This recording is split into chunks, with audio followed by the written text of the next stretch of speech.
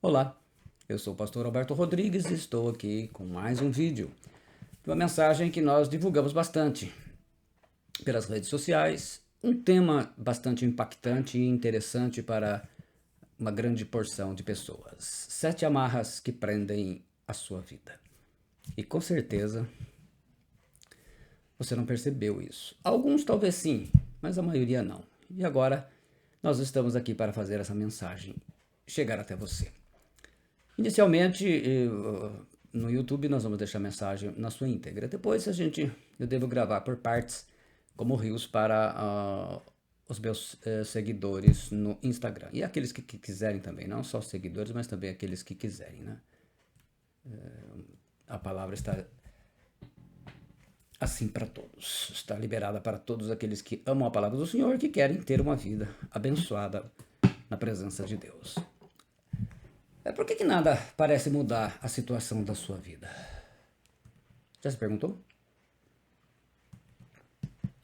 Por que você faz orações a Deus e pergunta a Ele o que você fez de errado e não tem resposta dele? Por que as pessoas invejosas conseguem atrapalhar tanto sua vida com a família e especialmente no seu trabalho? Já parou para pensar nisso? Por que seus filhos não se firmam no caminho do Senhor? Voltam para o mundo, perdem o interesse pela vida espiritual? Por que o seu marido ou a sua esposa vive perturbado e nervoso? Por que o adultério entra num casal que parecia viver feliz? Quantos casais hoje até mudaram de igreja, não é? No caso de sendo evangélicos, outros abandonaram. Mas isso aqui serve para todo mundo, qualquer pessoa. O que acontece? Tem tudo para ser feliz e de repente o marido arruma outra, se envolve com outra mulher, a mulher se envolve com outra. Por que essas coisas acontecem na vida? A palavra de Deus, resposta, é como cirurgia. Primeiro ela corta e arranca, e vai doer muito, porque não vai ter anestesia, né? Mas depois ela sara e a bênção se torna uma realidade, porque você passa a viver uma outra dimensão espiritual.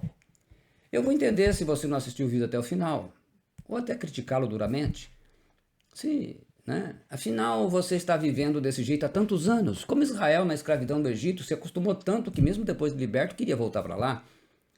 Tudo parece estar normal e a sua religiosidade te conforta dizendo você está ótimo, não tem que mudar nada. É uma escolha, tudo na vida é uma escolha. Nós vamos entregar a palavra que Deus tem me dado nesse último mês. Algumas madrugadas levantando e recebendo a palavra e todas elas analisadas no original. Mas a palavra de Deus será ensinada pelo original conforme o Espírito Santo mandou escrever. Vício é uma tendência ou hábito de praticar o mal. Os vícios são atrasos na vida. Mas eu não vou falar aqui dos vícios de bebida, de droga, né, que está todo mundo utilizando, até mesmo alguns que se dizem cristãos estão entrando nessa onda, mas não é esse tipo de vício que eu estou falando, que eu vou tratar aqui não.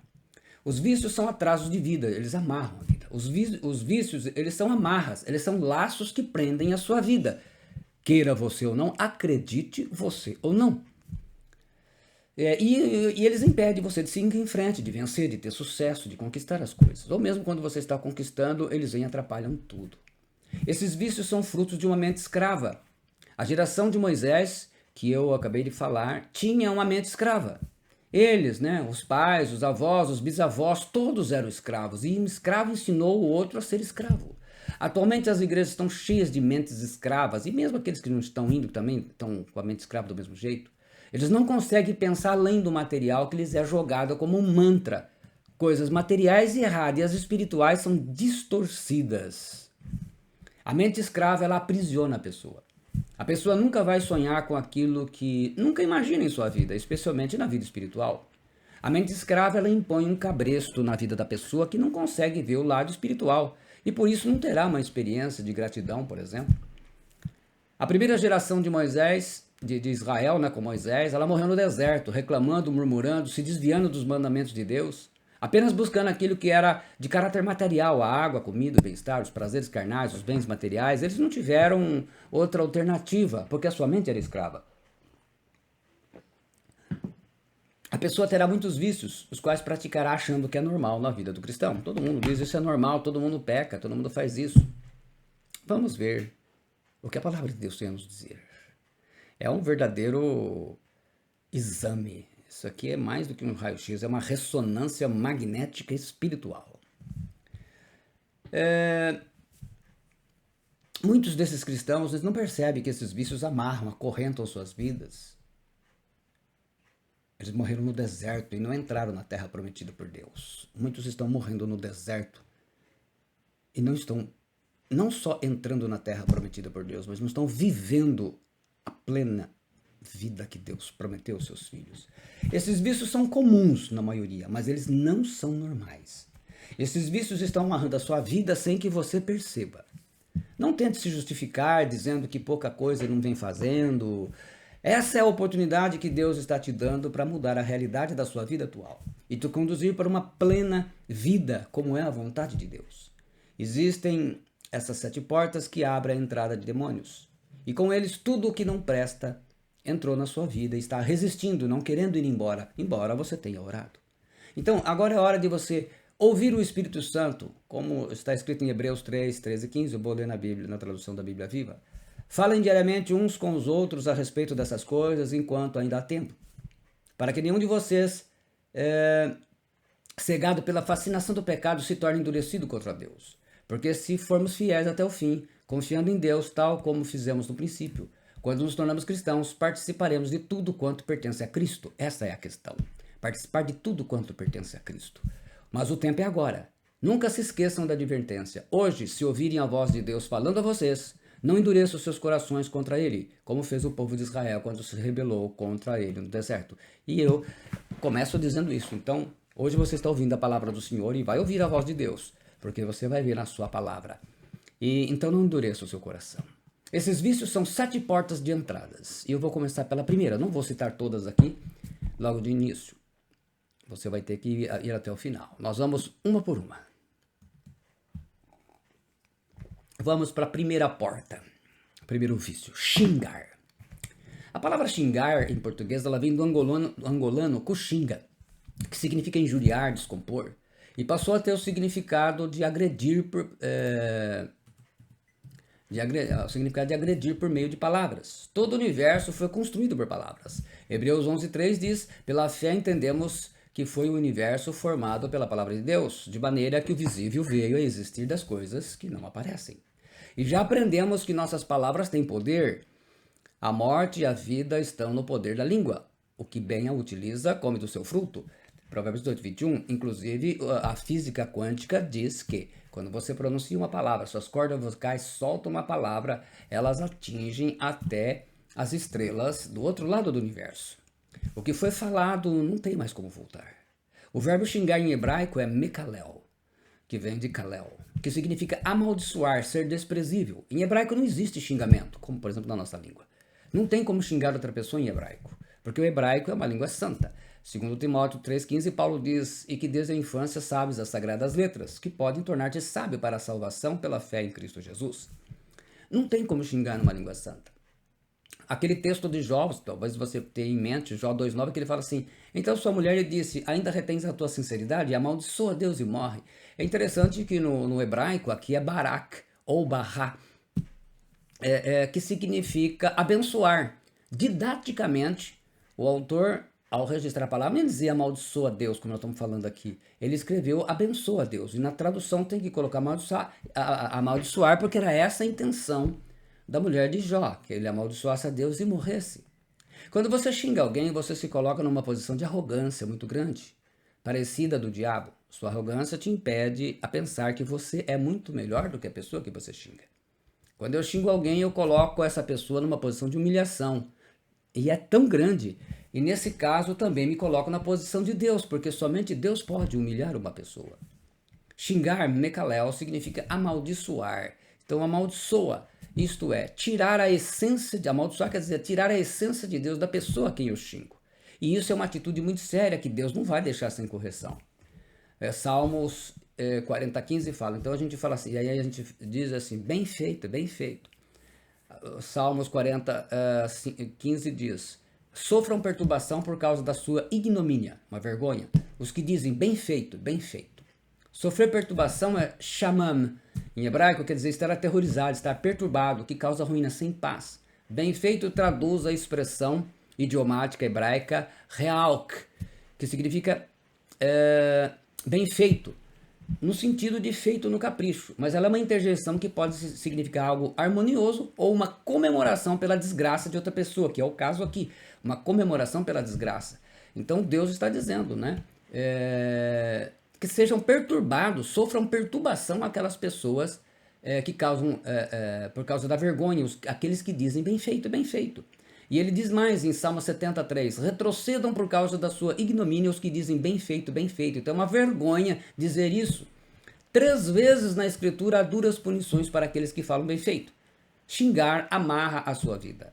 Xingar atrasa a sua vida e não te deixa alcançar o sucesso.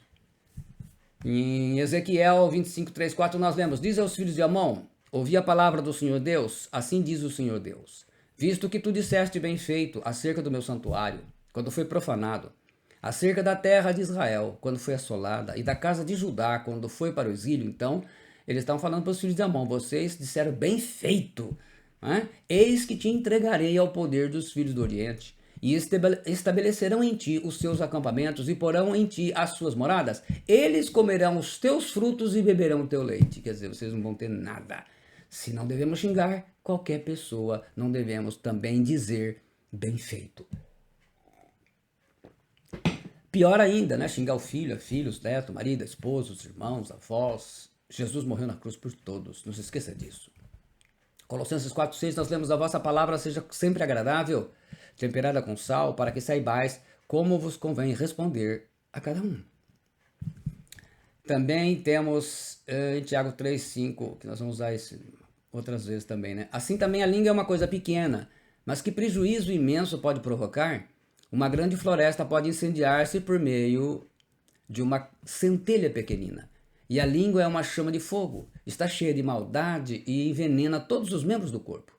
E é o próprio inferno que ateia fogo à língua, que pode transformar toda a nossa vida numa chama ardente de destruição e desastre. Que terrível. Umas vezes a língua dá louvores ao nosso Pai Celestial, e outras ela rompe em maldições contra os homens que são feitos à semelhança de Deus. Aqueles lançavam maldição, nem era xingar, né? Mas é tudo a mesma coisa. E assim a bênção e a maldição vêm brotando da mesma boca. Queridos irmãos, é evidente que isso não está certo, então não convém isso, né? Xingar aquilo que fazemos no banheiro, por exemplo, eu não vou citar aqui na pregação, não, o número 2. O que é aquilo? É algo que não presta, não tem utilidade, vamos dizer, algo. Você está construindo isso. Quando você xinga, você fala palavrão, fala palavra de bobagens, fala palavras maliciosas, conta piadas com sentido malicioso, fala a palavra para ofender alguém. Nesse momento estão acontecendo 3 coisas. Primeiro, o inferno está usando a tua língua. Tiago, como nós vimos, 3,6, ele diz, e a língua é uma chama de fogo, está cheia de maldade e envenena todos os membros do corpo, e é o próprio inferno que ateia fogo à língua, que pode transformar nossa vida, toda a nossa vida, numa chama ardente de destruição e desastre. Depois, então primeiro o inferno está usando a tua língua, depois a sua língua vai destruir a sua vida. Ele fala isso. A Bíblia, na linguagem de hoje, traduz, a língua é um fogo, ela é um mundo de maldade, ocupa o seu lugar no nosso corpo e espalha o mal em todo o nosso ser. Com o fogo que vem do próprio inferno, ela põe toda a nossa vida em chamas, então destrói. E porque tudo que você fala, você atrai para você. Você está lançando para os outros, mas vai atrair para você. Essa é uma questão, é um princípio. E terceiro, a sua língua vai destruir a vida de outra pessoa. Como a gente viu, né? Algumas vezes a nossa língua dá louvores ao nosso Pai Celestial e outras ela rompe maldições contra os homens que são feitos à semelhança de Deus. Muito bem, esse nós vemos o primeiro. Então assim, se você xinga, seja qual for a forma, você sabe que já está com a primeira porta aberta. Então vamos ao segundo. Segunda porta, a mentira. Salmo 7,14 diz, eis que o ímpio está com dores de iniquidade, concebeu a malícia e dá luz à mentira. O Salmo 5,6 diz, destruirás aqueles que falam mentira. O Senhor aborrecerá o homem sanguinário e fraudulento. Mentira é falar ou dizer algo contrário à verdade. O diabo é o pai da mentira. portanto, né, João 8,44, e portanto a mentira é um instrumento diabólico que o homem usa para a sua própria perdição. O mais triste é que o homem ama a mentira. Ele não ama a verdade, pois ele é mau por natureza. Romanos 1,25, Apocalipse 22,15. A mentira tem pernas curtas porque a verdade chega sempre mais depressa. Pesquisas indicam que as pessoas mentem sobre 25% do que falam. Quer dizer, de cada 100 palavras, 25 é mentira. Outro dado aponta que uma mentira vem aos nossos lábios cerca de 200 mentiras por dia. Em média, uma mentira a cada 5 minutos. Isso mostra que a natureza de quem é mentiroso está ligada ao seu pai, que é o diabo. Né? Ele fala, todo mundo é filho de Deus. Não, filho de Deus, Deus é da verdade. Jesus é a verdade, o Espírito da verdade, o Pai é a verdade. João 8,44, Jesus disse, vós tendes por pai ao diabo, e quereis satisfazer os desejos de vosso pai. Ele foi homicida desde o princípio e não se firmou na verdade, porque não há verdade nele. Quando ele profere mentira, fala do que lhe é próprio, porque é mentiroso e pai da mentira. Os mentirosos irão para o lago de fogo e enxofre. Nós já sabemos disso, né? Apocalipse 21,8 diz, quanto porém aos covardes, aos incrédulos, aos abomináveis, aos assassinos, aos impuros, aos feiticeiros, aos idólatras e a todos os mentirosos, a parte que lhes cabe será no fogo que arde com fogo e enxofre. No lago que arde com fogo e enxofre, a saber, a segunda morte. Há vários tipos de mentiras. A mentira fingida ou mentira dissimulada é no elogio falso. Aí se esconde a verdade que sente. Em Lucas 20:21 nós vemos isso, até mesmo o Senhor Jesus foi vítima disso, né? E perguntaram-lhe dizendo, mestre, nós sabemos que falas e ensinas bem e retamente, e que não consideras a aparência da pessoa, mas ensinas com verdade o caminho de Deus. Os escribas agiam assim. Jesus já sabia bem, né? O segundo tipo de mentira é a mentira bajuladora. Dizemos o que a pessoa quer ouvir porque temos os nossos interesses. Você sim, você é uma pessoa maravilhosa. Mas olha, rapaz, você é 10. Você, olha, ajuda, você é um cara generoso, você é um cara bacana mesmo. Aproveitando a ocasião, você não pode me emprestar R$ 800 até o mês que vem? O terceiro tipo de mentira é a mentira branca. É considerada uma mentira bondosa, contada somente para garantir a interação com outras pessoas ou para não desapontar alguém. Nossa, como você está chique, tudo combinando. Depois diz consigo mesmo, né? Que horror, como engordou, que roupas ridículas e por aí afora. O terceiro tipo de mentira é a mentira mascarada. Quando não podemos prejudicar uma pessoa diretamente, fingimos uma situação e tiramos uma casquinha. Pergunta por uma pessoa para saber sobre ela qual intenção, com a intenção de fofocar, caso a pessoa esteja se dando mal, que normalmente é o que acontece. Eu sabia que era fulana, eu nunca me enganou, e aí tece todas as... Sei não, hein? Esse cara tem jeito de ser vagabundo, tem jeito de ser bandido. E aí vai por aí afora. O quinto tipo de mentira é a mentira do falso testemunho. É feita com uma trama para puxar o tapete de alguém, para matar o relacionamento com amigos, para roubar a paz, para destruir casamentos. Esses verbos pertencem ao diabo. Matar, roubar e destruir. Judas usou esse tipo de mentira com um beijo para atrair Jesus. Em juízo, numa questão que se apresenta, né, numa casa da empresa, em algum lugar, ele é uma testemunha falsa na igreja, né? Isso é uma coisa muito comum de nós vermos, especialmente nesses problemas de briga de membro que sai com problema na igreja e vai para outra, na família. Jesus sofreu esse tipo de mentira, que viola os 10 mandamentos. Não dirás falso testemunho. O sexto tipo de mentira é a mentira da traição. É típica das pessoas que traem a confiança de alguém. Do filho que mente para os pais, do marido que trai e mente para a esposa, da esposa que trai e mente para o marido, do pai ou mãe que mente para o filho, do membro que trai e mente para o seu pastor, do pastor que mente para proteger um membro, e coisas desse tipo, né? Pela frente diz palavras maravilhosas da pessoa, jura fidelidade, mas pelas costas critica, faz fuxicos, fofoca, mexericos e tudo quanto o diabo puder ajudar, porque isso é obra dele. O sétimo tipo de mentira é a mentira gananciosa. É típica dos políticos corruptos, né? E não vou entrar nesse assunto porque o Brasil está lotado aí, né? Nós temos, a começar pela nossa imprensa, todo mundo está nesse tipo de mentira. Todos que desejam cargos, benefícios,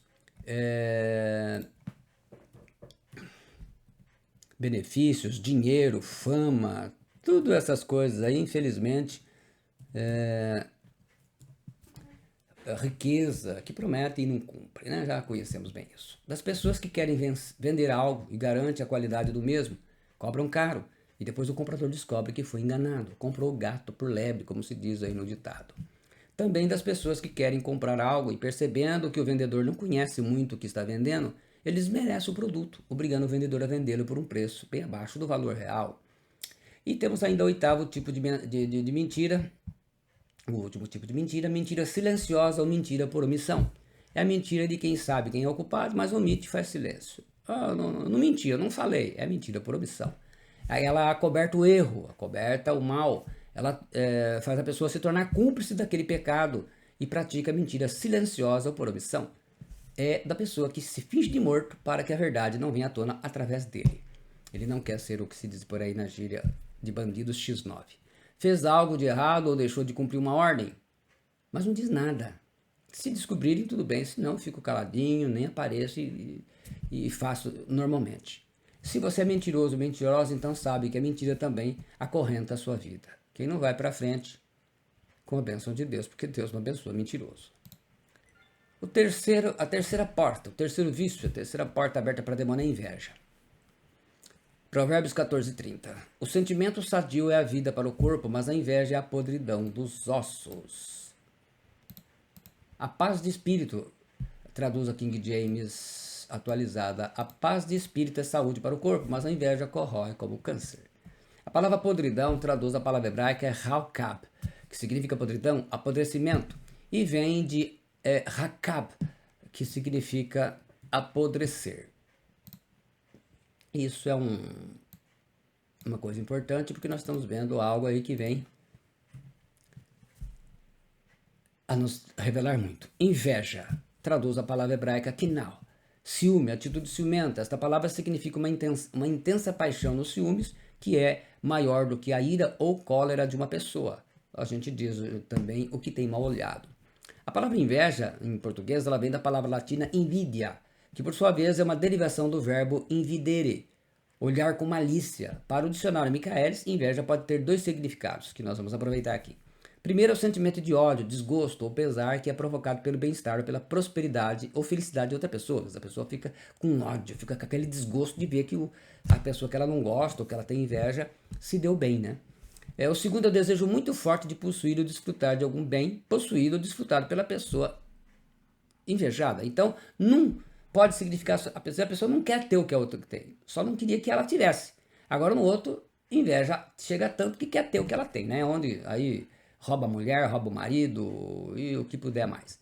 A psicologia, de uma forma geral, ela define a inveja como o deslocamento de energia do potencial de determinado indivíduo para a exacerbada preocupação com a satisfação e prazer de outra pessoa, normalmente íntima do sujeito em questão. Troca dos inimigos, ela fala que você usa toda a sua energia de uma preocupação com a satisfação do outro. Você passa a se preocupar mais com a vida do outro que com a sua, né? O neurocientista japonês Hidehiko Takahashi, do Instituto Nacional de Ciência de Radiologia de Tóquio, ele realizou um estudo chamado Quando a sua conquista é a minha dor e a sua dor é a minha conquista, correlações neurais da inveja e do Schadenfreude. Então ele é lá do Instituto Nacional de Ciência Radiológica e ele fez um estudo. Esse estudo foi realizado com 19 pessoas, 10 homens e 9 mulheres, na faixa etária de 20 anos, né, auge da idade. Quando ele sentiu inveja, a parte do córtex dorsal anterior do cérebro ela é ativada. Takahashi percebeu que quanto mais intenso o sentimento de inveja, maior a atividade registrada da área. Então o cérebro vai girando que nem um reloginho de energia lá, quanto mais inveja está sentindo. Essa parte do córtex é responsável pela dor física e também é associada à dor mental. Portanto, a inveja dói como uma dor física porque é tratada na mesma área do cérebro. Eu falei um termo alemão esquisitinho aí, né? Schadenfreude. Ele é um termo alemão sem tradução, que é utilizado para definir o sentimento de alegria ou satisfação diante do dano ou infortúnio do outro. Na verdade, o Schadenfreude, portanto, é algo bem feito aqui na nossa língua, né? O termo é resultado da junção de duas palavras alemãs. Schaden, dano ou prejuízo, e Freude, alemão, que significa alegria ou prazer. Os tipos de invejosos. No mesmo estudo, Hidehiko Takahashi ele identificou 5 tipos de pessoas invejosas que podemos encontrar ao longo da nossa vida. O primeiro é o invejoso sarcástico. Ele camufla sua inveja com um falso senso de humor, com um tom sarcástico. Ele não ataca diretamente quem inveja. porém sempre dará um jeito de falar mal das fraquezas e erros da pessoa da qual tem inveja. Sua principal forma de ataque é diminuindo as pessoas e as inferiorizando. Então ele vai ser sempre diminuir mesmo, rebaixar. O segundo tipo é o invejoso direto. Ao contrário do sarcástico, o invejoso direto ele vai demonstrar a sua inveja de maneira direta, com o intuito de fazer o outro se sentir mal. Esse tipo de invejoso ele é inseguro, com baixa autoestima e personalidade agressiva. Ele vai detalhar as falhas, os defeitos e os erros da pessoa a quem tem inveja. Então ele vai mesmo vai com um tanque de exército para cima. Os invejosos diretos são pessoas tóxicas e que você precisa manter longe da sua vida, porque eles amarram mesmo a sua vida. E se você é um invejoso, já está amarrando também. O terceiro tipo é o invejoso pessimista. Esse invejoso quer minar sua moral e te desmotivar. Ele sempre vai colocar pontos negativos em notícias boas que você der. Ou quando você coloca objetivos, ele sempre vai tentar desanimar você. Sua principal arma são os argumentos e os comentários negativos. Então, não dele você vai ouvir sempre. Na pior das situações, sempre vai tentar fazer com que você desista de algo bom. O quarto tipo é o invejoso competitivo. Ele não vai demonstrar sua inveja com palavras, mas sim com ações. Ele sempre vai arranjar um jeito de estar no mesmo patamar que você ou acima. Ele não se satisfaz com o que tem. Você trocou de carro? Ele troca. Você pintou a casa? Ele pinta. E assim vai. Ele costuma dizer que é você que tem inveja dele. O quinto tipo de invejoso é o invejoso à espreita. O invejoso à espreita, no início, ele vai ser um observador. Ele vai esperar o momento certo para soltar o eu disse, eu falei para você, e vai cutucar sua ferida. Muitas vezes podemos não perceber, pois eles não vão falar nada que te compare com eles, mas vão querer sempre ter a oportunidade de se satisfazer com sua. Todo invejoso vai terminar isso, você se deu mal. Além disso, eles podem te oferecer conforto, mas para eles será como uma forma de se sentir superior com a sua humilhação. Então, na verdade, ele te oferece uma ajuda apenas para se certificar de que você está derrotado. Provérbios 23:17 diz: não tenha o teu coração inveja dos pecadores, antes no temor do Senhor perseverarás todo dia. Então, a Bíblia já coloca isso. Não conviva com gente invejosa, mesmo da família. Provérbios 27:4 diz: o furor é cruel e a ira impetuosa, mas quem poderá enfrentar a inveja? Jesus foi entregue por inveja, Mateus 27:18. José do Egito foi vendido pelos irmãos por inveja, Gênesis 37:11, Atos 7:9. O povo hebreu reclamou por inveja dos irmãos Moisés e Arão, Salmo 106:16. Os filisteus entulharam os poços de Isaac por inveja, Gênesis 26:14. O salmista Asaf chegou a ter inveja dos arrogantes que prosperavam, mas foi liberto, Salmo 73, versículos 3 e 17. A Bíblia nos ensina a não ter inveja dos ímpios que prosperam, Salmo 3:31, Salmo 37:1, Provérbios 24:1. A inveja procede do coração que não nasceu de novo. Mateus 7:22, Mateus 15:10. Não tenha intimidade com o invejoso. Provérbios 23:6 ele fala: não coma do pão do invejoso, com o invejoso, né? Não lhe conte seus sonhos, seus problemas, sua vida em geral. Você não tem intimidade com gente invejosa. A inveja é amargurada e vem da sabedoria dos demônios. Então a gente precisa ver isso, que ela é uma porta para demônio. E aqui o texto fala claramente. Tiago 3, 14 e 15 diz: mas se tendes amarga inveja, porque toda inveja te deixa amargo, e sentimento faccioso em vosso coração, não vos glorieis, nem mintais contra a verdade. Infelizmente, o invejoso é mentiroso, o mentiroso é invejoso. Essa não é a sabedoria que vem do alto, mas é terrena, animal e diabólica. A Bíblia Viva traduz assim: e evidentemente não se gabem de serem sábios e bons se vocês forem amargados, invejosos e egoístas. Esse é o pior tipo de mentira. Porque a inveja e o egoísmo não são as peças de sabedoria de Deus. Estas coisas são terrenas materiais inspiradas pelo diabo. O texto é muito claro. E pior, os invejosos não entram no reino de Deus. Nós vemos lá em Gálatas 5, 19 e 21, porque as obras da carne são manifestas, as quais são adultério, fornicação, impureza, lascívia, idolatria, feitiçaria, inimizades, porfias, emulações, iras, pelejas, dissensões, heresias, invejas, homicídios, bebedices, glutonarias e coisas semelhantes a estas, acerca das quais vos declaro que já antes vos disse que os que cometem tais coisas não herdarão o reino de Deus. E a inveja, ela traz aflição de espírito.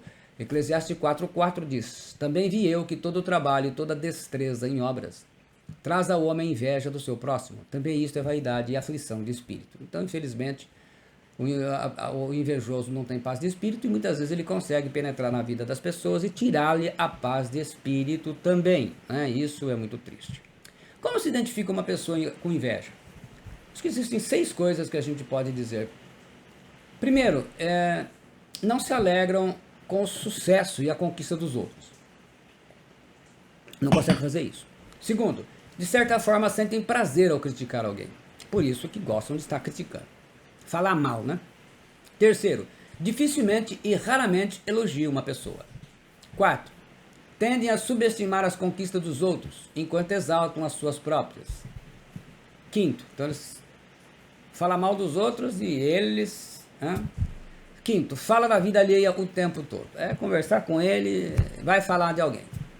6. Normalmente tem uma pessoa especial, né? São pessoas extremamente competitivas e não querem ficar para trás. Basta ver nas redes sociais.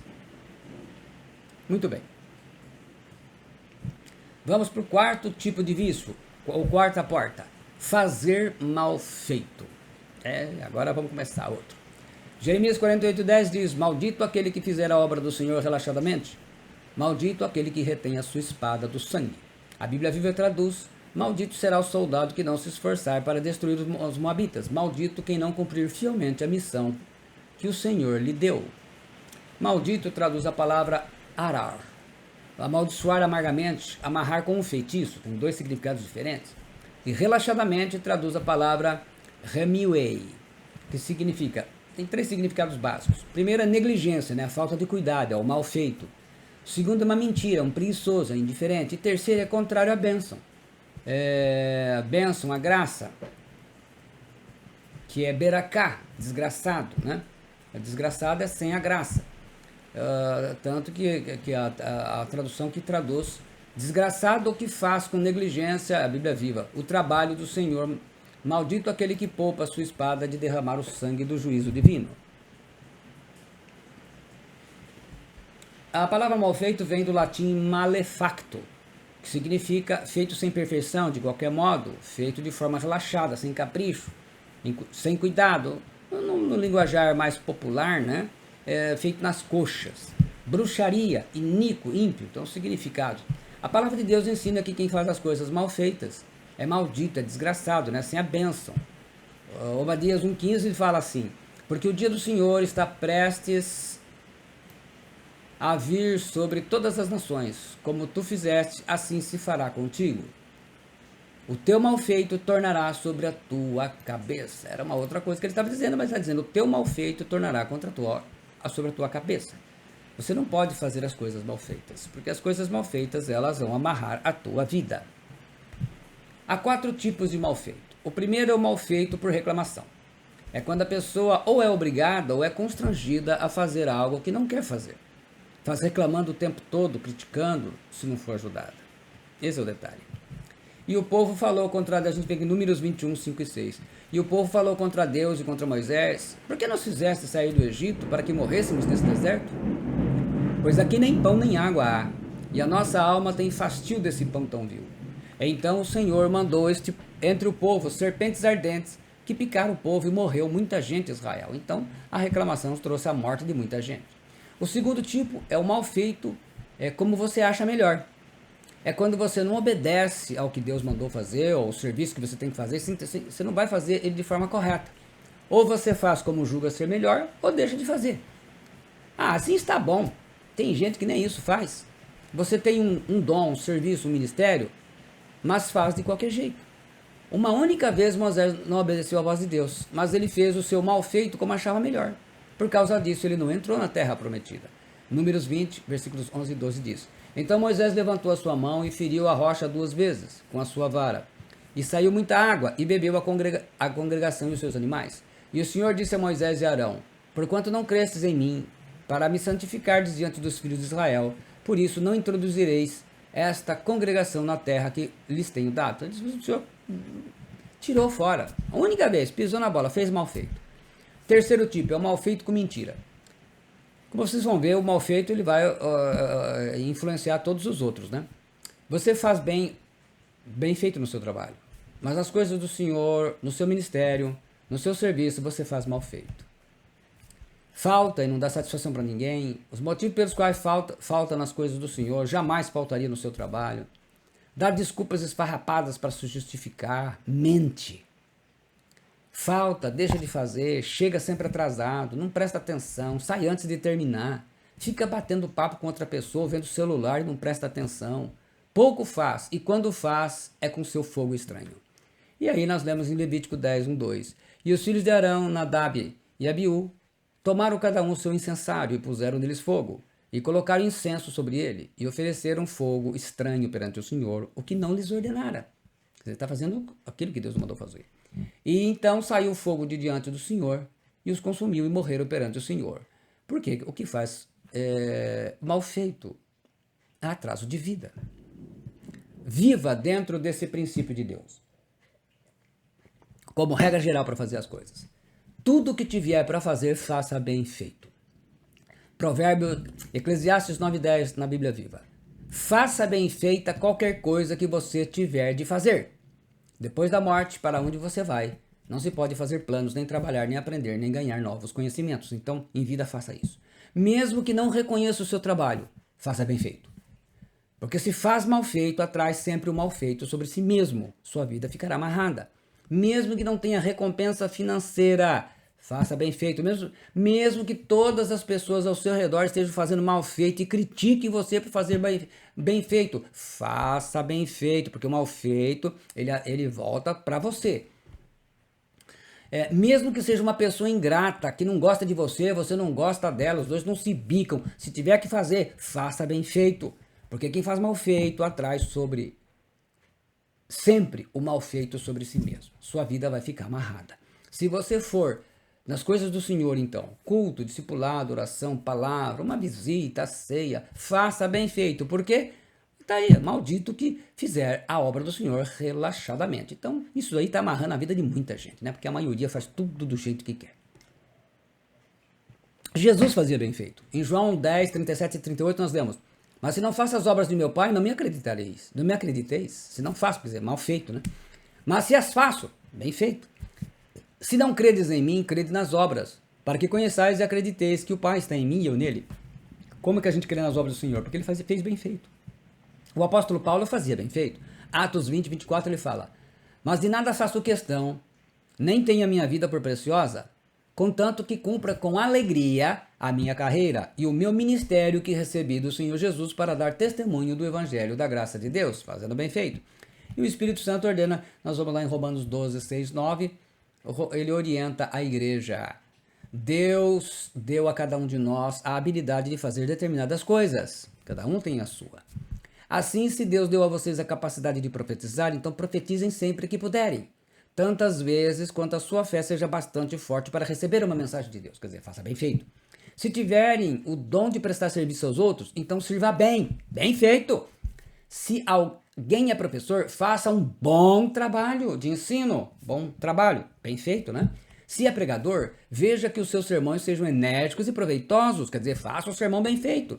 Se Deus lhe deu dinheiro, ajude aos outros com generosidade.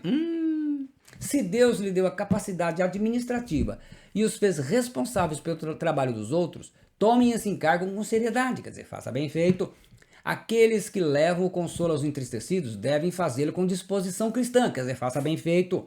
Não finjam apenas amar os outros, quer dizer, fazer mal feito, né? Amem realmente, odeiem tudo aquilo que está errado, coloque-se ao lado do bem, então faça bem feito.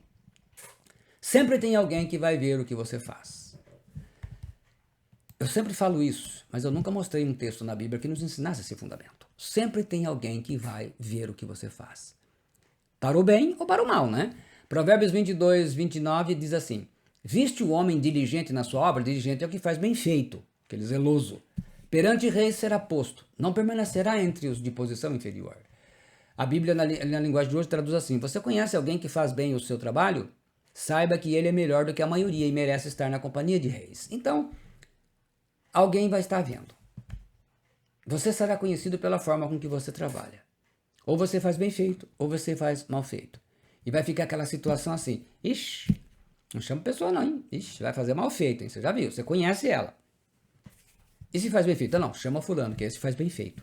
É assim que fica. Então um dia alguém vai ver você fazer bem feito.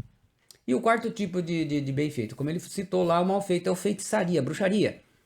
É quando a pessoa recorre aos serviços de macumbaria, né? Magia negra, trabalhos de macumba, bruxaria, feitiçaria, para destruir os outros, né? Então, tá aí os exemplos. Existem 3 princípios para se aprender. Não vou falar muito sobre isso.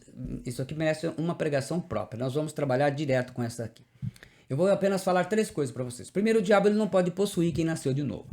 1 João 5,18 diz: sabemos que todo aquele que é nascido de Deus, né, nasceu de novo, não peca. Não peca, quer dizer, não vive em pecado. Mas o que é de Deus é gerado, mas o que de Deus é gerado conserva-se a si mesmo e o maligno não lhe toca. Então ele conserva-se a si mesmo em Deus. Então ele está em Deus, nasceu de Deus. O segundo, o trabalho de magia, ele precisa de uma brecha sua para te pegar. 1 João 3,8 fala: aquele que pratica o pecado procede do diabo, porque o diabo vive pecando desde o princípio. Para isso se manifestou o Filho de Deus para destruir as obras do diabo. E como é que ele destruiu essas obras? Agora tem que isso é posto na sua vida. O sujeito que vive em pecado, ele abre brecha, sim, para que o trabalho de macumba pegue. Então ele tem alguma brecha, seja ela qual for. E terceiro, os demônios respeitam quem vive debaixo da cobertura espiritual de um pastor homem de Deus. Eu uso o termo cobertura espiritual com muito ataque, é uma forma de dizer, você está em comunhão com o ministério, você tem que estar em comunhão, coinonia do Espírito. Enquanto estavam nessa comunhão, debaixo dessa autoridade na sua oração, Satanás não podia pegar Himeneu e Alexandre. Olha, Paulo fala assim em 1 Timóteo 1, 19 e 20. Conserva a fé e a boa consciência, a qual alguns, rejeitando, fizeram naufrágio da fé. E entre eles foram Himeneu e Alexandre, os quais entreguei a Satanás para que aprendam a não blasfemar. Então ele entregou. Estava debaixo da oração, debaixo da cobertura dele, da sua comunhão. Agora, ele empurrou para lá, não é isso? Por isso que nós lemos em Hebreus 13:17, ele fala assim: obedecei a vossos pastores e sujeitai-vos a eles, porque velam por vossas almas, como aqueles que hão de dar contas delas, para que o façam com alegria e não gemendo, porque isso não vos seria útil. Essa ordem para obedecer e estar sujeito é uma comunhão de espírito, com ao menos um ministério que pastoreia o rebanho de Deus. Não é uma coisa ditatorial, imposta, como acontece com os governos, está acontecendo no Brasil. Não tem que empurrar a goela abaixo. Com o irmão rico que amaziou com a madrasta. Nós vemos isso também, 1 Coríntios 5:1. Geralmente se ouve que há entre vós fornicação, e fornicação tal que nem ainda entre os gentios se nomeia, como é haver quem possua a mulher de seu pai. Então esse irmão rico ele foi tirado da comunhão do ministério do apóstolo Paulo e da comunhão da igreja para que Satanás pudesse atacá-lo. Então observe que o princípio ele usa. Hoje os membros nem estão fazendo isso, tem membro que se fica em casa. Ele não está mais em comunhão, então ele tá fácil de ser pego, porque ele não tem mais nada. Né? Eu tenho Deus. Não, você tem Deus da sua forma. Você está fazendo as coisas conforme você acha. Deus não tem responsabilidade com isso. Em 1 Coríntios 5, 4, 5 nós temos assim: em nome de nosso Senhor Jesus Cristo, juntos vós, a igreja de Corinto, e o meu espírito, o apóstolo Paulo, pelo poder de nosso Senhor Jesus Cristo, seja esse irmão, entregue a Satanás para a destruição da carne. Por quê? Para que o espírito seja salvo no dia do Senhor Jesus. Então, aí que eles fizeram, essa autoridade. Os ministérios têm a função de pastorear o rebanho. A gente vê isso em Atos 20, 17 e 28. De Mileto mandou a Éfeso chamar os presbíteros da igreja. O apóstolo Paulo mandou chamar os presbíteros. Pois ele fala: atendei por vós e por todo o rebanho sobre o qual o Espírito Santo vos constituiu bispos, para pastoreardes a igreja de Deus, a qual ele comprou com seu próprio sangue. Então nós vemos lá, chamou os presbíteros da igreja, né? A palavra presbítero, ela não é tradução, ela é uma transliteração da palavra presbítero, ela não foi traduzida. Algumas traduções traduzem como ancião, que é o que ela significa, o que preside a Assembleia Cristã. Ele fala bispo, é episkopos, em grego, que significa superintendente, um supervisor de uma igreja cristã. E pastorear vem do verbo pormaneu, né, que significa cuidar como um pastor, apacentar, alimentar um rebanho. É uma metáfora para suprir as necessidades da alma, que é a função do pastor: guiar, guardar, conduzir o rebanho ao curral, levar o rebanho para o pasto, para a sua nutrição. No Novo Testamento, pastor, bispo e presbítero é a mesma pessoa, mas em funções diferentes. Na igreja primitiva não usa que não usava como nós usamos as igrejas em geral hoje usam, né? O presbítero é um sujeito abaixo do pastor, o bispo é um sujeito superior, e o pastor, né, hoje depende muito, ele está mais ligado a coisas materiais do que ao rebanho mesmo, né? Ele está mais ligado à construção, a disco, a CD, a música, a outros eventos, e pouco cuida do rebanho. Então hoje não, né, tá mais preocupado em ficar rico e mostrar o dinheiro e o tamanho da igreja do que de zelar pelo estado espiritual, correto? Então, presbítero é o homem que preside a igreja, bispo é o homem que supervisiona a igreja, e pastor é o homem que cuida do rebanho de Deus. Então, depende muito das as situações hoje. Em nossos dias, isso é chamado de encosto, né? Então a gente vê uma pessoa, é um demônio que por diversas razões ele começa a acompanhar a vida de uma pessoa causando doenças. Muitas delas não são diagnosticadas por exames. Vida amarrada, depressão constante, tristeza, sente muita raiva, não consegue perdoar, fica agressivo por qualquer coisa. Não necessariamente a pessoa é possessa. Numa forma simples de explicar, o que popularmente se chama de encosto é um espírito atormentador que atormenta a vida das pessoas. E Jesus tratou com eles. Lucas 6,18 ele diz que vieram para ouvirem e serem curados de suas enfermidades. Também os atormentados por espíritos imundos eram curados. Esses daqui eram possessos, mas nem necessariamente todos, né? A gente tem como testemunha, a gente conta, do nosso motorista em 2020. No auge da pandemia da Covid-19, as igrejas estavam todas fechadas. E o nosso motorista ele viveu um dos momentos mais dramáticos e tristes de sua vida. A sua esposa, que frequenta uma igreja evangélica, o estava traindo com um homem casado. E ele pediu ajuda para um casal de evangélicos dessa igreja que ele confiava muito. Tempos depois ele vem descobrir que esse casal estava, na verdade, era ajudando a sua esposa a traí-lo na casa deles mesmo. Então, ele foi pedir ajuda para o pastor dessa igreja. É uma igreja que fica aí depois do pontilhão da cidade, não vou citar aqui, nem é interessante. E prometeu ajudá-lo. Sua estrutura emocional ela foi destruída, nosso motorista, quando ele descobriu que o pastor não só não cumpriu a sua promessa, mas que o pastor praticamente empurrou a sua esposa para os braços do amante, quando ele falou para ela, faça ou siga o desejo do seu coração. Ela o abandonou então, largou dele, e o pastor fez o casamento dela com o amante que se divorciou da sua esposa. Ele era casado, se divorciou. O coitado ficou muito revoltado. Ele fez muitas coisas sem pensar, no desespero, tentando salvar o casamento e qualquer coisa assim. Fez muitas. O que me interessa aqui é contar isso. A pior delas, ele foi num centro de macumba em Bauru. Ele pagou caro por trabalhos de magia. Ele fez isso por uns 20 dias. Mas nada estava acontecendo. Então, no último dia, no 20º dia, ele perguntou ao Exu, quando o Exu incorporou o médium, por que não está acontecendo nada? Ao que o Exu lhe disse, eu vejo um homem de chapéu e gravata vermelha atrás de você. Quem é ele? Ao que o motorista respondeu ao Exu, é o pastor Alberto. Então o Exu lhe disse, enquanto esse homem estiver atrás de você, eu não posso fazer nada, por causa das orações dele. E aí o nosso motorista caiu em si. Ele percebeu o que estava acontecendo e desistiu de tudo isso. É assim que funciona o mundo espiritual, que eu acabei de ensinar vocês e também com a minha vida. Eu não sabia disso, vim saber isso 2 anos depois. Então, se você é porteiro, faz bem feito. Receba as pessoas na porta com um sorriso, cumprimente-as, leve as visitas até a cadeira para sentar. Não fica sentado o tempo todo, fique em pé, faça bem feito. Faz a limpeza, limpe até mesmo onde não pediram, faça a melhor limpeza possível, faça bem feito. Foi obrigado a fazer algo para uma pessoa que se tornou seu inimigo? Faça bem feito. Mas ele vai pensar que eu fiquei com medo dele, o problema dele, você sabe que você fez. Que se fizer mal feito, amarra a tua vida. Então você decide que vai fazer bem feito. Pediram para fazer algo no computador, no celular, faça bem feito. Tem que comparecer à oração, mas está com dor de cabeça e cansado? Você faltaria ao seu trabalho por esse motivo? Claro que não, pastor. A empresa vai descontar do meu salário. Pois é, essa falta é mal feito, muito bem feito. E isso está amarrando a sua vida. Você escolhe. Ou um mal feito, muito mal feito, né? Porque está pensando em enganar quem?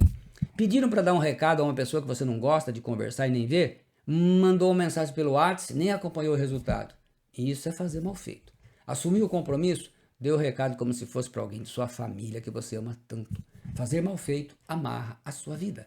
Esse vício pode atingir todos os outros. Você pode fazer tudo mal feito. Vamos para o 5º tipo de porta aberta de vício. A reclamação. O ser humano é tradicional. O ser humano já nasce reclamando, né? Chorando. E segue chorando. Para mamar, suor, quando tá sujo. Até diz a marchinha, né? Quem não chora não mama. Só que isso nunca muda, essa atitude de reclamação. Mais ou menos como está 1 Coríntios 10:10. E não murmureis, como também alguns deles murmuraram, e pereceram pelo destruidor. E aí ficamos viciados em reclamar. Do pernilongo, da mosca, do barulho da TV, do tipo de pregação, porque o pregador não prega assim, porque o pregador faz assado. É de tudo, a gente começa a reclamar tudo. Você imagina que é isso que chega o ponto. Mas a gente queria estar reclamando. Reclamar é pedir insistentemente, é clamar 2 vezes. Revisão é ver de novo. Reanimar é animar de novo. Reviver é viver de novo. Reclamar é clamar de novo, é pedir de novo. Então, se você reclama da falta de dinheiro, é mais falta de dinheiro que você terá, porque a Bíblia diz, Provérbios 18, 20, 21, do fruto da boca o coração se farta. Então, aquilo que fala a tua boca, a tua língua. A língua faz todo o corpo responsável pelas consequências de suas palavras. A língua tem poder sobre a vida e sobre a morte. Os que a usam habilmente serão recompensados. Traduz a King James atualizada. O seu cérebro entende que você gosta disso, desse tipo de situação.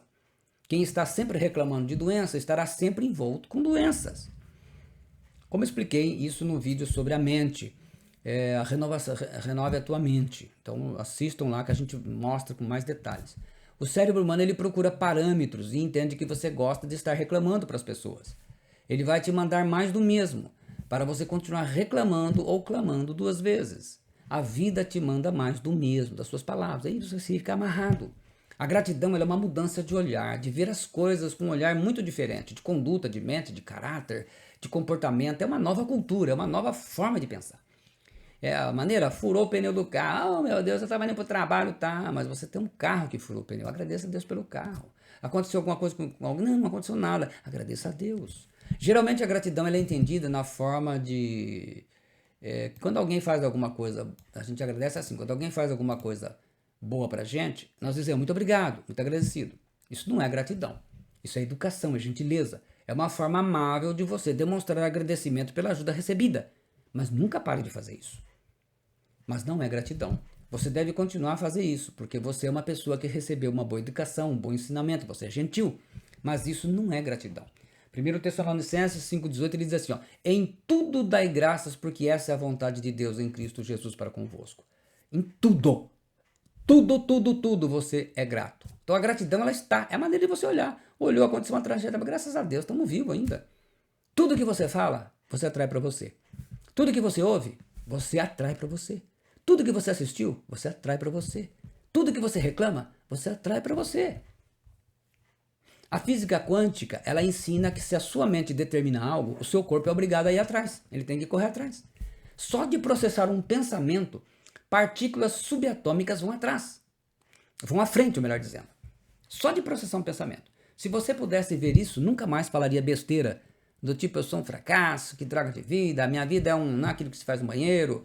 A sua avó, que nunca estudou física quântica, dizia, bate na boca, menino. Vira essa boca para lá, menina. A vovó entendia o que estava errado. Embora a solução não adiantava nada, né? Bater na boca e virar para lado não ia mudar nada. Falando besteira, reclamando, você estaria irradiando o mal de toda forma. Abra a boca para edificar, profetizar, decretar, agregar coisas boas e produtivas.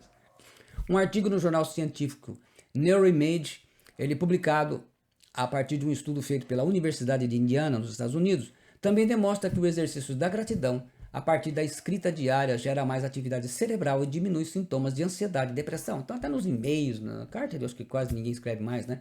Nos e-mails, no zap, manda coisas de gratidão. Quanto mais gratidão, mais feliz. Quanto mais reclamação, mais infeliz. Esse é o poder incrível da verdadeira gratidão. Provavelmente as pessoas que mais ajudaram você, nos momentos mais críticos e difíceis da sua vida, você não deve ter sido nem educado em dizer muito obrigado, você foi uma bênção de Deus em minha vida, sou muito grato por tudo. Quando Jesus estava indo para Jerusalém, ao entrar numa aldeia entre Samaria e Galiléia, 10 leprosos imploraram que os curasse. Jesus ordenou que eles fossem se mostrar aos sacerdotes, conforme ordena Levítico 14, no versículo 1 ao 32. No caminho, os 10 leprosos foram curados. E então, apenas um dos 10 leprosos voltou para agradecer Jesus. Nós lemos isso lá em Lucas, 17, 11, 19.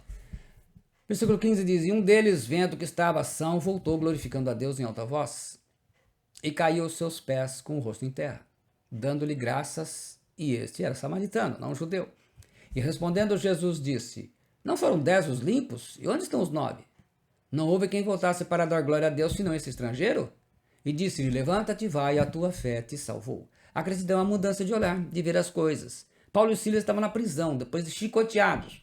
Atos 16, 24, 25. Se fossem os cristãos de hoje, estariam reclamando, blasfemando, por que Deus não atendeu, por que Deus não socorreu, por que Deus assim, Deus aqui, né? Lemos lá. O qual, tendo recebido tal ordem, os lançou no cárcere interior e lhes segurou os pés no tronco. E perto da meia-noite, Paulo e Silas oravam e cantavam hinos a Deus, e os outros presos escutavam. Vamos para o penúltimo vício, a penúltima porta, o desperdício. Provérbio 18, 9 diz: Quem é negligente na sua obra já é irmão do desperdiçador. Uma pessoa descuidada, traduz a Bíblia Viva, descuidada em seu trabalho, está jogando fora tempo e dinheiro. O desperdício também está vinculado aí ao fazer mal feito, né? A Bíblia, na linguagem de hoje, traduz: o trabalhador relaxado é companheiro daquele que desperdiça. Quem costuma fazer as coisas de Deus mal feitas, geralmente também é um desperdiçador. Há pelo menos 3 coisas que mais desperdiçamos nas nossas vidas. E a gente vai falar brevemente dela. A primeira é o dinheiro. Isaías 55, 2 diz: Por que vocês vivem gastando seu dinheiro, se esforçando à toa para comprar coisas que não matam a fome? Ouçam o que eu digo, e vocês poderão comer comidas deliciosas para alimentar as suas almas. Por que gastar dinheiro é bom, não é? Mas por que é bom? Ao conseguir comprar o que você queria, as áreas de recompensa do seu cérebro experimentam um aumento no disparo neuronal e na liberação de dopamina, conhecida como hormônio da felicidade. Quando liberada pelo cérebro, provoca uma sensação de prazer, de satisfação e aumenta a motivação. Tá aí, né? Com tudo isso você entende. Consequentemente, você se sente mais animado, mais feliz por um breve período.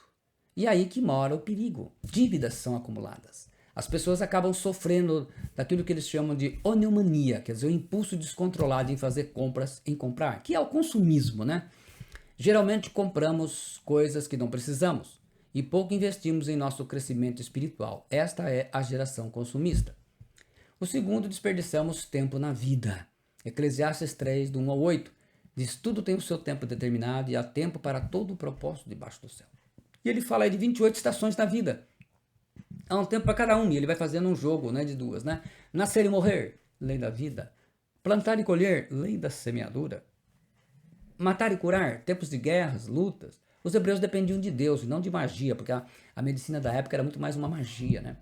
Derribar e edificar, relacionamentos, reformas em construção, chorar e rir. A vida nos apresenta momentos tristes e momentos alegres. Prantear e saltar. O luto por pessoas que amamos, pranteamos. O nascimento de pessoas que aguardamos, saltamos de alegria. Festa de aniversário, festa de casamento. Espalhar pedras e ajuntar pedras. Linguagem da construção antiga, né? O construtor separava pedras boas para usar na construção e eliminava as que não serviam. Então é o momento que às vezes a gente espalha coisa, a gente junta. Ele fala abraçar e afastar-se de abraçar. Relacionamentos que acontecem, amizades que terminam, relacionamentos que terminam. Buscar e perder as vantagens e desvantagens na vida. Busca-se a riqueza, perde-se a riqueza. Busca-se o casamento, perde-se a vida de solteiro. E muitas coisas assim. Deveria, pelo menos, perder a vida de solteiro. Guardar e deitar fora as coisas materiais da vida. O que compramos e o que já se estragou ou não tem mais condição de uso.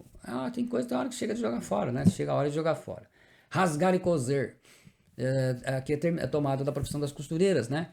Nos negócios bem feitos e negócios mal feitos, na morte, no nascimento, negócio bem feito e mal feito. Aí entra lá no outro princípio, na outra porta. Ficar calado e falar. Há situações na vida em que você faz, a melhor coisa é ficar calado. Noutras, você precisa falar, se expressar e se explicar. Amar e aborrecer. Amar a pátria e aborrecer aqueles que querem destruí-la. Amar a palavra de Deus e aborrecer a desobediência aos mandamentos de Deus. Guerra e paz. As nações ora estão em guerra, ora estão em paz. O texto ensina que existe um tempo para cada coisa. Você não pode ficar o tempo todo somente com uma coisa. Tudo isso aqui para mostrar o quê? Tem tempo para todas as coisas. Então você tem que aprender a administrar o seu tempo. Mas a pessoa gasta 10 horas no celular por dia e não tem tempo para a leitura da palavra ou para a oração. Não sobra tempo para vir o culto, ou discipulado, nascer do Senhor, servir a Deus, só serve a si mesmo. Semana inteira ela tinha tempo para fazer um monte de coisa. No único dia que ela vai se reunir na congregação, ela não vai, porque aconteceu isso. Gasta o tempo somente com coisas desta vida. Não se prepara para outra.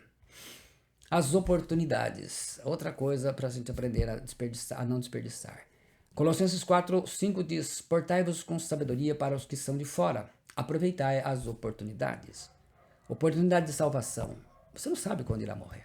Oportunidade de evangelizar sua família enquanto estão vivos. Oportunidade de discipulado, de oração, de ler, de estudar a palavra de Deus, de aprender mais sobre Deus. Né? Tem gente que faz mal feito isso. E por último, vamos entrar na última porta. Esta é a última das 7 portas que amarra a vida da pessoa. Então, você já viu aqui 6. A 7ª, a avareza. Provérbios 15:27 diz: o que agir com avareza perturba a sua casa, mas o que odeia presentes viverá. A King James atualizada traduz: o avarento coloca sua própria família em apuros, mas quem repudia o suborno viverá mais e melhor. Provérbios 28:16 traduz: o príncipe falto de inteligência multiplica as opressões, mas o que aborrece a avareza viverá muitos anos. Aqui aprendemos 2 coisas sobre o avarento. A primeira é que o avarento traz calamidade sobre a própria família. A palavra perturbar, né, na tradução, ele diz, né, o que agir com avareza perturba a sua casa, né, a sua família. Perturbar aí é akar. Akar em hebraico quer dizer perturbar, perder a paz de espírito. Turvar a água é uma metáfora para trazer aflição, trazer calamidades. Calamidades falam de perdas e infelicidade pessoal. Então, assim, o avarento vai ter uma família sempre com problemas de paz de espírito, sempre perturbada. E fala que ele não terá uma vida de paz, né? Ele produz falta de paz e vai viver dentro dela. Qual a origem da palavra avareza? Ela vem do latim avaros, relacionada ao verbo avare, que quer dizer querer muito, desejar desesperadamente. Qual a diferença entre avareza e cobiça? Após séculos, a avareza ganhou no nosso idioma em português o significado de cobiça, por querer sempre ter mais e nunca se sentir satisfeito. A avareza é o excesso de apego a bens materiais. Popularmente pode-se considerar como um avarento, e na nossa língua, pão duro, mão de vaca, munheca. O que leva uma pessoa a ser avarenta? Avarento significa mesquinho, miserável, suvina, que não é generoso, né, que não faz caridade. É aquele que é sordidamente apegado ao dinheiro. Avarento é um adjetivo que qualifica aquele indivíduo que tem avareza, ou seja, que tem apego demasiado ao dinheiro, que tem o desejo ardente de acumular riqueza. Qual virtude combate a avareza? No caso da avareza, um dos 7 pecados capitais, a virtude que a combate é a generosidade, uma das 7 virtudes, e semanticamente se tornou termo antônimo, né? Generosidade, o contrário é a avareza. A avareza, o contrário, é generosidade. O que a avareza produz? É o desejo intenso de acumular riqueza. A avareza é a falta de generosidade, é a mesquinhez, a sovinice e a miserabilidade. No Brasil, diversas expressões populares são usadas para caracterizar aquele indivíduo que se torna avaro, avarento, excessivamente apegado ao dinheiro. Pão duro, mão de vaca, munheca, mesquinho, amarrado, cainho, cajueiro, catinga, chifre de cabra, esganado, miserável, unha de fome, mãos atadas, morto à fome, muquirana e por aí vai. Quais são as características da avareza? Este comportamento se caracteriza pela dificuldade e o medo de perder o que possui, como bens materiais e recursos. Por isso, uma pessoa avarenta tem dificuldade de abrir mão do que tem, mesmo que receba algo em troca. Tem cuidado excessivo com seus pertences e é uma pessoa egoísta ao extremo. Esse cuidado excessivo é uma coisa doentia, né? No sentido do sujeito que tem que ser relaxado. O avarento ele gasta R$20 toda semana num jogo de Mega Sena, mas não dá R$5 de oferta na igreja uma vez por ano. Em Pompeia, destruída pela erupção do vulcão Vesúvio, em 79 d.C., quer dizer, 9 anos depois da destruição de Jerusalém, foi encontrado o corpo de um homem decapitado por uma rocha, ao tentar fugir com um saco de moedas de prata. Como a mulher de Ló, ele olhou para trás e voltou para buscar dinheiro e morreu, né? Avareza. Quem quer que Jesus faça alguma coisa em sua vida, precisa deixá-lo transformar toda a sua vida, cada área. As pessoas são resistentes à transformação de Deus. Aceitam que Deus mude algumas coisas, mas outras coisas elas se tornam resistentes. Como ser liberto da avareza? Tem que nascer de novo para entender. Salmo 24:1, ele ensina assim: ao Senhor pertence a terra e tudo que nela se contém, o mundo e os que nele habitam. Ageu 2:8 diz: minha é a prata, meu é o ouro, diz o Senhor dos Exércitos. Tudo que você tem pertence ao Senhor. É por isso que quando morremos, não levamos nada desse mundo.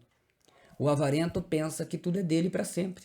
Quando você nascer de novo, aí até o que pensava que era seu pertence ao Senhor. Por isso que Jesus fala em Lucas 14:33, assim pois todo aquele que dentre vós não renuncia a tudo quanto tem, não pode ser meu discípulo. Tudo que Deus colocou nas suas mãos não é para nós. Ele colocou nas nossas mãos não é para nós, mas para que a gente possa repartir.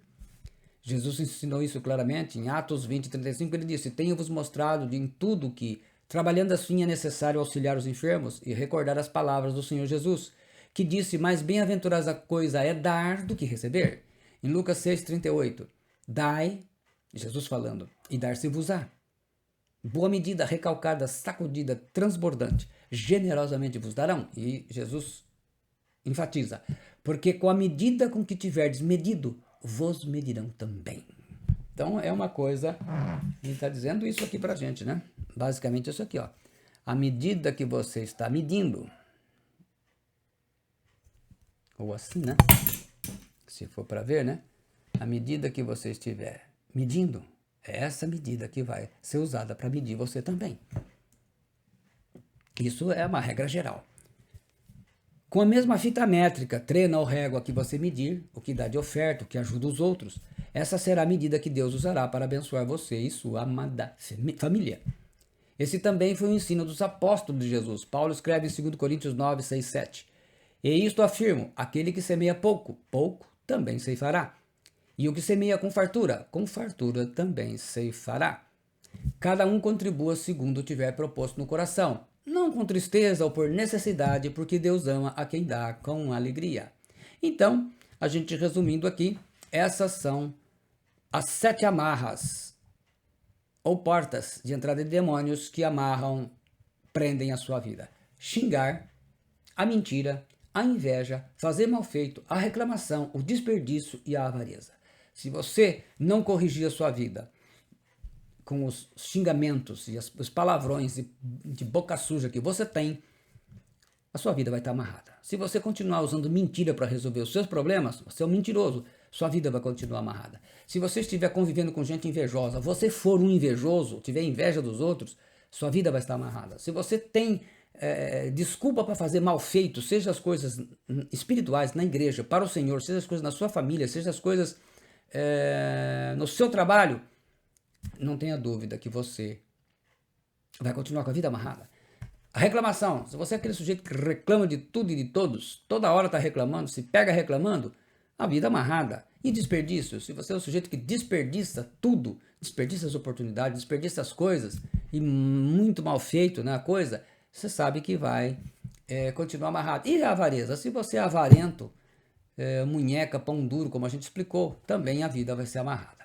E eu vou fazer então, no final, nós vamos fazer a oração da fé. Faz a oração comigo, eu vou estar lendo a oração de forma mais calma para que você possa estar repetindo comigo. Pai Celestial, diante da Tua presença, eu confesso os meus pecados e não aceito mais manter aquilo que amarra a minha vida.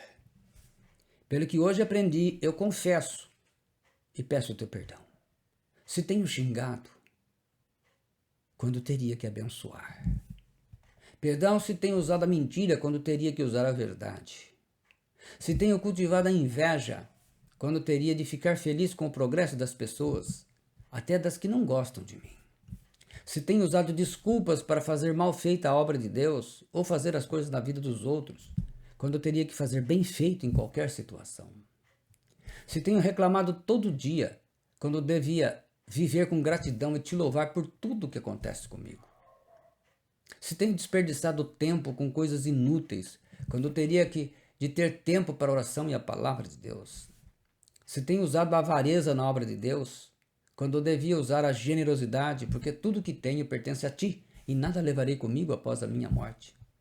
Ó Senhor meu Deus, pela fé eu tomo posse da libertação de tudo que amarra a minha vida. E se fui vítima de magia negra, de bruxaria, feitiçaria e trabalho feito de macumba, sejam quebrados agora em nome do Senhor Jesus Cristo, porque eu creio que para isto se manifestou o Filho de Deus, para destruir as obras do diabo. Ó Senhor meu Deus, pela fé eu tomo posse da libertação de tudo que amarra a minha vida. Espírito de inveja e mal-olhado, de espírito de encosto, que tira a paz, o sossego que gera insônia e não deixa dormir um sono de paz, porque sabemos que todo aquele que é nascido de Deus não vive em pecado. Antes, aquele que nasceu de Deus o guarda, e o maligno não lhe toca. Ó Senhor meu Deus, pela fé eu tomo posse da cura e da libertação de toda doença e enfermidade que ficaram alojadas no meu corpo agora. Toda doença e enfermidade dos olhos, da bexiga, do coração, do estômago, dos rins, do fígado, dos intestinos, da vesícula, do apêndice, do esôfago, do duodeno, do útero, dos ovários, das trompas, da garganta, da laringe, da faringe, das axilas, dos ouvidos e tímpanos, do nariz, dos dedos e unhas, dos braços, das pernas, dos joelhos, tornozelos, cotovelos, calcanhares, dos pulmões e o aparelho respiratório, da boca, das mãos, das coxas, sejam curadas em nome do Senhor Jesus Cristo, o Filho de Deus, e no poder do Espírito Santo. Toda doença e enfermidade nas costas, na coluna, no pescoço, nas vértebras, nos ossos, nas costelas, no sangue, nas veias e vasos sanguíneos, nas células do meu corpo, nas nádegas, no caroço dos seios, nos órgãos íntimos, nas glândulas e circulação sanguínea sejam curadas em nome de Jesus Cristo e no poder do Espírito Santo.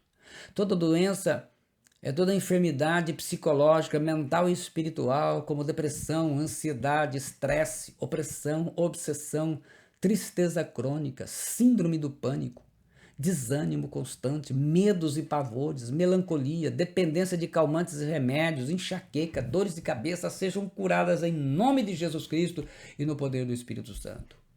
Porque eu sei que o Senhor Jesus Cristo tomou sobre si as nossas enfermidades e levou as nossas doenças.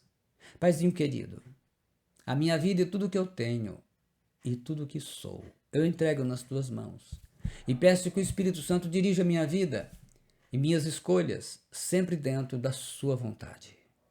Pai, te faço essa oração em nome do Senhor Jesus Cristo e no poder do Espírito Santo. Se você gostou, deixa aí o seu comentário, o seu like. Você conseguiu chegar até o final. Glória a Deus pela vitória. Compartilhe com o máximo de pessoas que você conhece, que precisam, que estão com a vida amarrada, que estão aí precisando de uma direção, de uma luz da palavra do Senhor.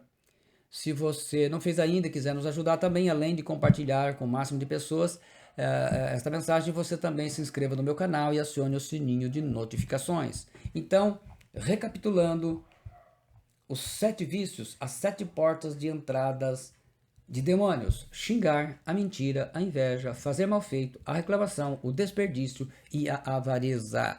E que Deus esteja falando com o teu coração, possa mudar a sua vida, você tenha realmente uma transformação na vida. Em nome do Senhor Jesus Cristo, eu quero agradecer a todos, a vocês que têm compartilhado as mensagens, que têm divulgado, assistido os vídeos. Deus te abençoe. Muito obrigado, em nome de Jesus Cristo. Para a glória do Pai, do Filho e do Espírito Santo. Amém. Amen.